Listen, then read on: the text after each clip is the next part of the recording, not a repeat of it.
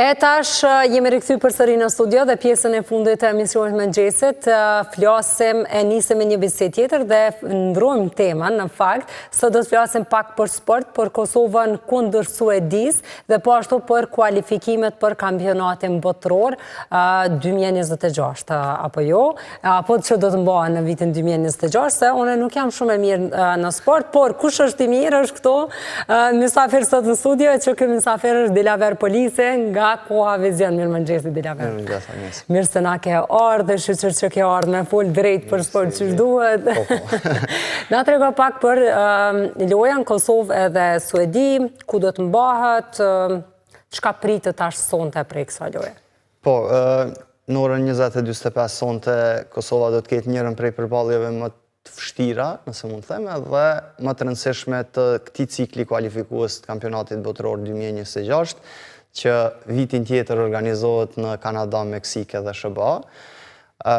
Kosova aktualisht është në vendin e dytë me 4 pikë, ka 2 pikë më shumë se Slovenia dhe 3 më shumë se Suedia, ndërkohë Zvicra në 3 ndeshjet e para ka arritë që të marrë fitore dhe pa pranuar gol me paraqitje të jashtëzakonshme, kështu që po rrugton sigurt drejt avancimit direkt në botrorin e vitit ardhshëm, por gara mes 3 përfaqësuesve Kosovës, Slovenisë dhe Suedisë do të jetë për vendin e dytë, vend që dërgon në play-off Kosova, Suedin, imposhti muajin e kaluar me rezultat 2-0 në stadiumin Fadil Vokri në Prishtinë, por tash situata është pak më ndryshe. Në Prishtinë, njëri prej sulmuesve më të rrezikshëm te Suedia, Aleksandar Isak, nuk ishte plotësisht apo 100% i gatshëm për lojë dhe ishte inkuadruar në minutat e fundit. Megjithatë nuk është se ka bërë ndonjë ndryshim në rezultat, por te suedezët atë krizën ndoshta të madhe të rezultateve duket se kanë kaluar për shkak se dje në konferencën për shtyp Jon Dahl Tomasson, që është përgjithësi i Suedisë, si dhe 2 futbollistët Viktor Gyökeres dhe pikërisht Isak, kanë shfaqur një klim pak më ndryshe nga ndeshjet e kaluara, duke e shfaqur edhe një lloj bashkimi në përfaqësuese, për shkak se ka pasur të lashet brendshme, ka qenë edhe portieri Olsen i cili u pensionua pas asaj disfate nga Kosova, por duket se këto probleme i kanë lënë anash dhe me shumë gjas Suedia sot do të luajë me formacion sulmues, edhe mund të jenë shumë të rrezikshëm. Uroj që Kosova të luajë shumë mirë në mbrojtje ashtu siç ka bërë pikërisht në duelin ndaj Suedisë dhe ndaj Slovenisë në barazimin 0-0 të premten po në Fadil Vokri,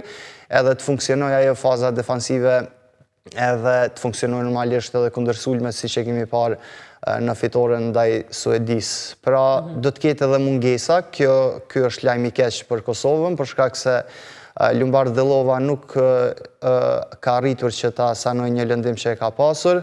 Fidan Aliti, një qendërmbrojtës që ka luajtur në vend të Amir Ramanit, i cili po ashtu ka qenë i lënduar, nuk do të luajë për shkak të suspendimit me karton. E lëndimi tjetër nga të grumbulluarit për këtë muaj është ai Elvis Rexbeqajt, i cili ka pasur të lashe gjatë gjithë ndeshjes zhvilluar në Prishtinë ndaj Slovenisë, ka tentuar të luajë sa më shumë, megjithatë në fund ajo dhimbja në shpinë që e ka pasur ka qenë e padurueshme dhe nuk ka arritur që ta lë prapa këtë lëndim edhe të jetë i gatshëm për duelin e rëndësishëm me suedezët. Urojmë që Kosova të jetë në formë, futbollistët e Kosovës, dardanët tanë të jenë në formë të mirë, edhe ata që luajnë, por edhe rezervistët të jenë 100% në formën fizike, edhe të shfaqim ndeshje të mirë, të marrim nëse jo 3 pikë, të paktën 1 pikë, që do të na ndihmonte shumë për ndeshjet e ardhshme që do t'i ketë në muajin e ardhshëm. Ndërsa Suedia në çfarë forme është? Suedia së fundmi edhe vitin e kaluar nuk ishte pjesëmarrëse në Evropianin që u mbajt në Gjermani, ka pasur disa rezultate negative, njësoj ishte edhe fillimi i këtij cikli kualifikues, barazoi me Sloveninë, u mposht edhe nga Zvicra, u mposht edhe nga Kosova, kështu që nuk është forma më e mirë e mundshme te suedezët, pavarësisht emrave të mëdhenj që ka në brenda grupit. I përmenda Viktor Gyökeres dhe Aleksandar Isak, njëri luan të Arsenali, tjetri të Liverpooli, kështu që dihet niveli i tyre, por mos pjesëmarrja në evropiane dhe vazhdimësia e këtyre rezultateve jo të mira kanë bërë që të krijohet ajo klima jo e mirë brenda grupit, edhe ndoshta edhe për këtë kanë munguar edhe rezultatet. Te Kosova mund të themi se ka një ngritje shumë të madhe edhe në ardhjen e futbollistëve të rinj. I fundit që ju bashkua grupit Kosovës ka qenë Alban Hajdari, i cili debutoi në barazimin me Sloveninë edhe ka qenë prej më të mirëve në fushë në qendër të mbrojtjes.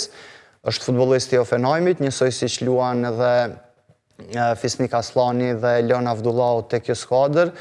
Pra nuk ka pasur asnjëherë futbollist të Kosovës që kanë qenë pjesë ligave më të forta evropiane të futbollit më shumë se tash.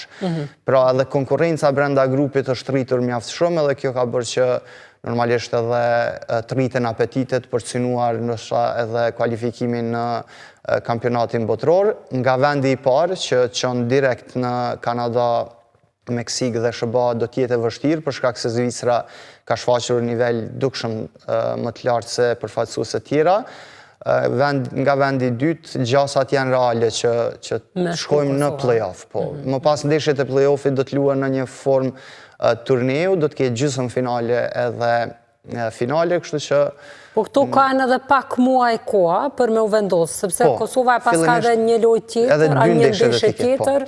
Dy ndeshje tjetër do t'i ketë po muajin e ardhshëm, në nëntor, do të luajë në udhëtim sërish te Slovenia, më pas ciklin kualifikues të fazës grupore e mbyll në shtëpi me ndeshjen e veçantë ndaj Zvicrës shqiptarëve, Granit Xhakës. Shqiptarë me shqiptarë në një formë. Po, një përballje shqiptarësh edhe në të kaluarën ka pasur me ndeshje me Zvicrën, por ndryshe kanë qenë ndeshjet e kaluara ku Kosova kishte barazuar me Zvicrën, por kësaj radhe në ndeshjen e parë hapse pra në Basel që u luajt muajin e kaluar, Zvicra fitoi 4-0 dhe gjitha golat i shënojnë në pjesën e parë, kështu që e kanë marrë pak më seriozisht ndoshta edhe ndeshjen, edhe Kosova pavarësisht asaj humbje të thellë u kthye dhe mori disa rezultate pozitive, kështu që urojmë të vazhdoj me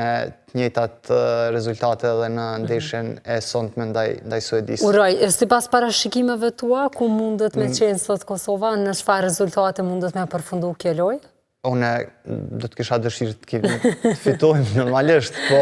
Qefi dhe mundësia Dilaverto.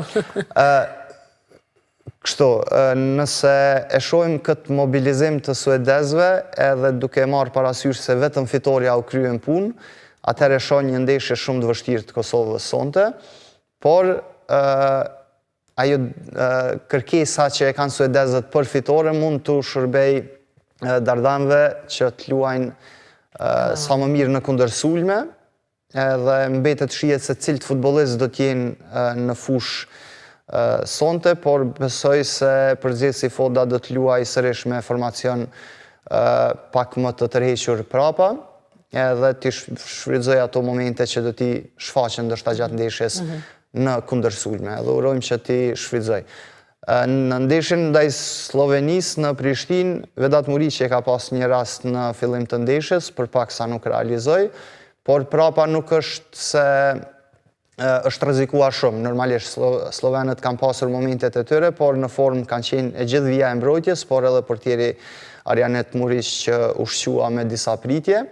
Edhe duhet përmendur se slovenët janë një përfaqësuese që ndoshta nuk kanë emra brenda grupit dhe nuk kanë futbollistë që luajnë në ekipet mëdha, por 7 prej atyre që vitin e kaluar luajtën në 1/8 e finales ndaj Portugalisë ishin të pranishëm në Fadil Vokri. Pra, eksperienca nuk u mungon. Nëse një përfaqësuese shkon deri në 1/8 e finales në një kampionat evropian dhe eliminohet nga Portugalia me rezultat 1-0 me një gol në vazhdime e nga penaltia, atëherë kemi të bëjmë me një përfaqësuese që është shumë e fortë, e cila e ka kaluar edhe fazën e grupeve duke mos u mposhtur në ndeshjet ndaj përfaqësuesve si Anglia, Danimarka, edhe Serbia nëse s'gaboj ka qenë në grup me slovenët. Pra një përfaqësuese që nuk pranon shumë gola, luan fort në mbrojtje, por edhe janë të rrezikshëm në fazën e sulmit. Kështu që rezultati pa gola mendoj se ka qenë i mirë për Kosovën.